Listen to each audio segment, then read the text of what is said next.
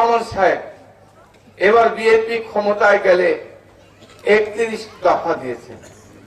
31 দফার ভিত্তিতে আগামী দিনে দেশ পরিচালিত হবে। এবার আধুনিক, আমরা তো অ্যানালগ ছিলাম এর আগে। এবার তারেক রহমান বিদেশে থেকে অনেক জ্ঞান, অনেক যোগ্যতা অর্জন করেছে।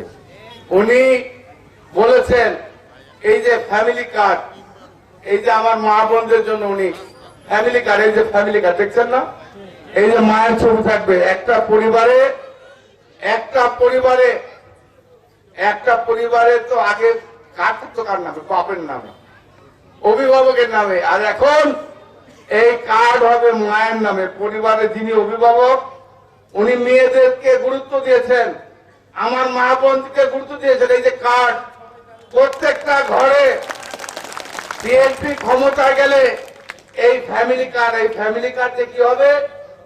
এই ফ্যামিলি কার্ড দিয়ে চিকিৎসা, এই ফ্যামিলি কার্ড দিয়ে সরকারি অনুদান, সরকারি যে সমস্ত সাহায্য, সকল ধরনের সহযোগিতা ওই মায়ের মাধ্যমে ওই পরিবার পাবে।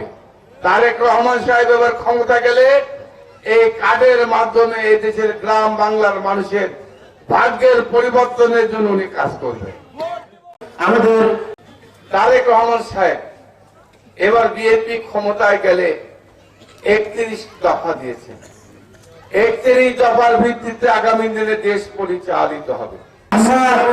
লক্ষ্য করছি আমরা আশা করছি যে তফসিল ঘোষণা হবে আগামী শহরে সর্বোচ্চ ভোটের ব্যবধানে দুলু সাহেবকে ধানের শীষে বিজয় হবে ইনশাআল্লাহ।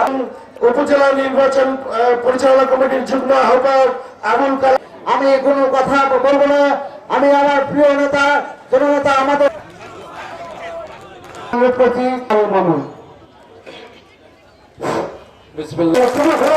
মার্কা আছে কি মার্কা?